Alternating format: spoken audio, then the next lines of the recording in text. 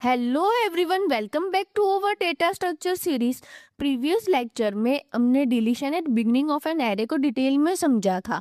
आज हम deletion operation के नेक्स्ट स्टेप को स्टडी करेंगे, that is deletion at specific position in an array. सबसे पहले ये समझते हैं डिलीशन एट स्पेसिफिक पोजीशन का मतलब क्या होता है। डिलीशन एट स्पेसिफिक पोजीशन का मतलब होता है एरे की किसी भी पर्टिकुलर इंडेक्स से एलिमेंट को रिमूव करना। इसका मतलब ना तो हम एलिमेंट को स्टार्ट से डिलीट कर रहे हैं, ना ही हम एलिमेंट को एंड से डिलीट कर रहे हैं, बल्कि एरे के बीच में किसी भी स्पेसिफिक पोजीशन से हम एलिमेंट को डिलीट करेंगे। जैसे लास्ट वीडियो में हमने एक चीज समझी थी कि जब भी हम किसी भी एलिमेंट को डिलीट करते हैं तो सिंपली हम क्या करते हैं, जो भी उसके नीचे वाले एलिमेंट्स होंगे उनको हम एक एक ऊपर की तरफ मूव करके हुए चलेंगे, मतलब कि अपवर्ड की तरफ हम उनको मूव करेंगे, शिफ्ट करेंगे और जस्ट ओवरराइट कर देंगे उस इंडेक्स को जिसको हमें डिलीट करना है।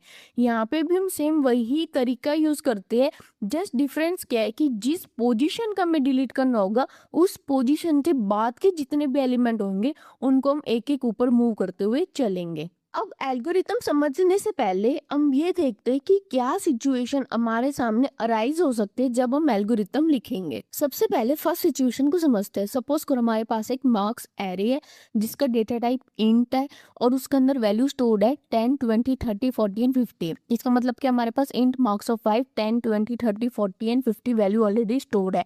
5 का हमारे पास साइज है हमारे एरे का, ठीक है। तो एक हमने एरे भी ले लिया जिसके इंडेक्स बन गए 0 to 4 और हमने उसके अंदर वैल्यू भी स्टोर कर दी 10, 20, 30, 40 एंड 50। अब सपोज करो हमें इंडेक्स 2 पे जो भी वैल्यू है उसको डिलीट करना है, ठीक है। तो हम डायरेक्टली क्या करेंगे, इंडेक्स 2 पे जाएंगे, उस वैल्यू को हम डिलीट कर देंगे और सिंपली हम क्या करेंगे, इंडेक्स 3 की वैल्यू इंडेक्स 2 पे शिफ्ट कर देंगे।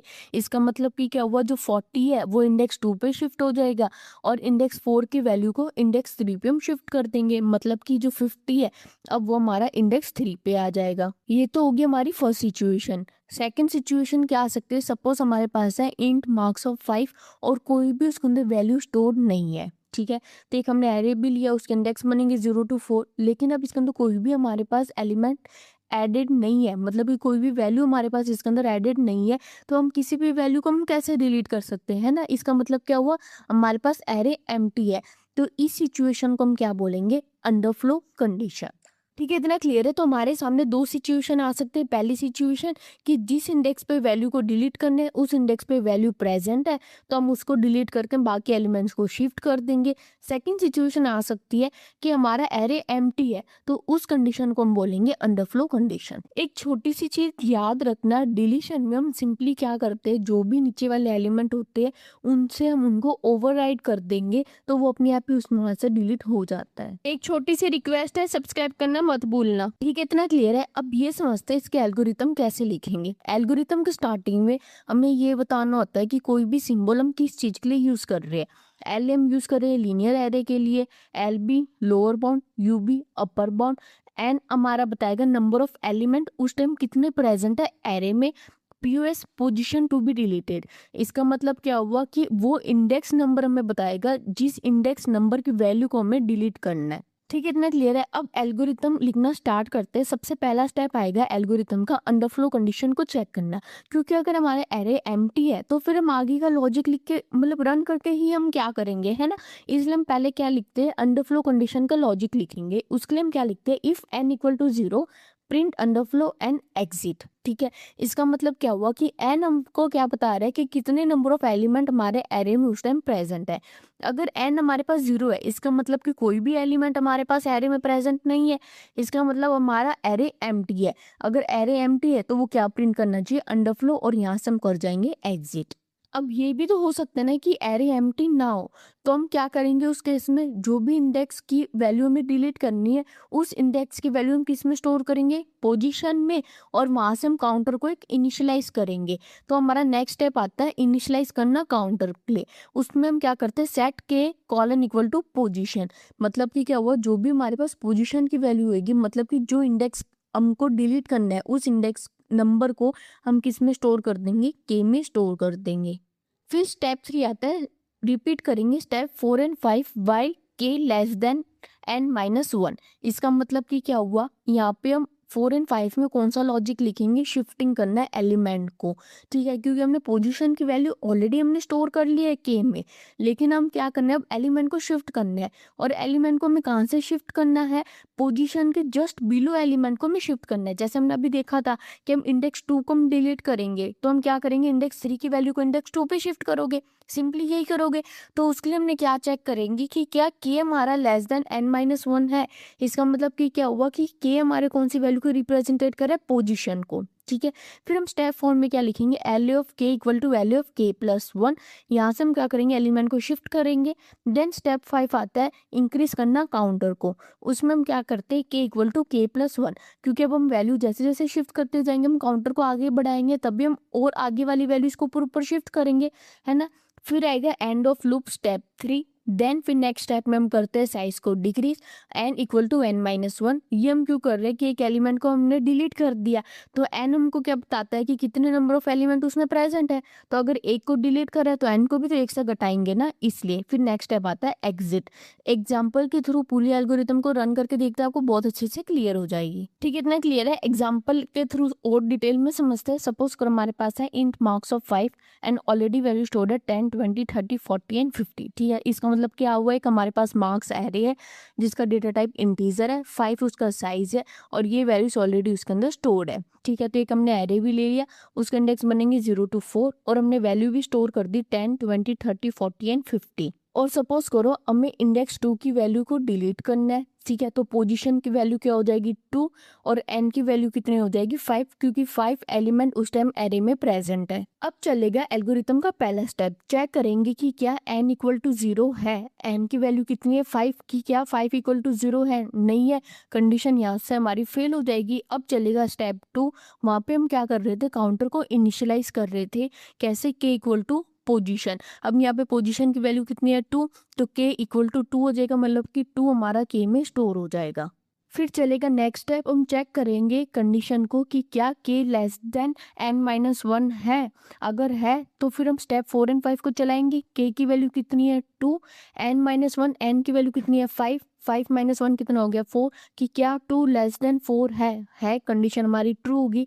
अब चलेगा स्टेप 4। स्टेप 4 में हम लॉजिक किस चीज़ का लिखे थे, शिफ्ट करना है एलिमेंट को, है ना। तो हम उसमें क्या लिखेंगे, वैल्यू ऑफ के इक्वल टू वैल्यू ऑफ के प्लस 1, वहाँ पे हम लिख रहे थे, लेकिन यहाँ पे हमारा एरे का नेम क्या है मार्क्स, तो उसके लिए हम क्या लिखेंगे, मार्क्स ऑफ के इक्वल टू मार्क्स ऑफ के प्लस 1, ठीक है। के की वैल्यू कितनी है 2, तो marks of 2 equal two marks of 2 plus 1, 2 plus 1 कितना हो जाएगा 2, तो marks of 2 equal two marks of 3। इसका मतलब क्या हुआ कि जो थर्ड इंडेक्स की वैल्यू था वो सेकंड इंडेक्स पे आ जाएगी। इसका मतलब क्या हुआ, जो 40 हमारा थर्ड इंडेक्स पे था अब वो हमारा सेकंड इंडेक्स पे शिफ्ट हो जाएगा।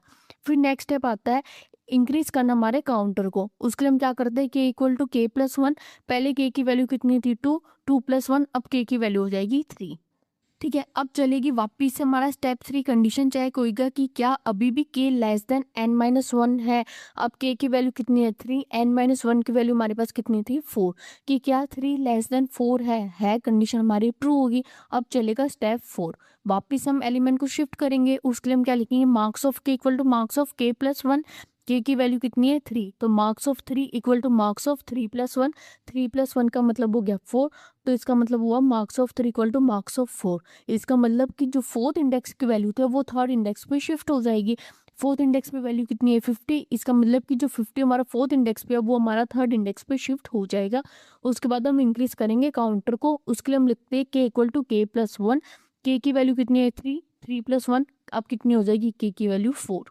अब वापिस से कंडीशन चेक होगी कि क्या k लेस देन n-1 है। k की वैल्यू कितनी है 4, n-1, n की वैल्यू 5, 5 माइनस 1 कितना हो गया 4, कि क्या 4 लेस देन 4 है, नहीं है, कंडीशन यहाँ पे फॉल्स हो जाएगी।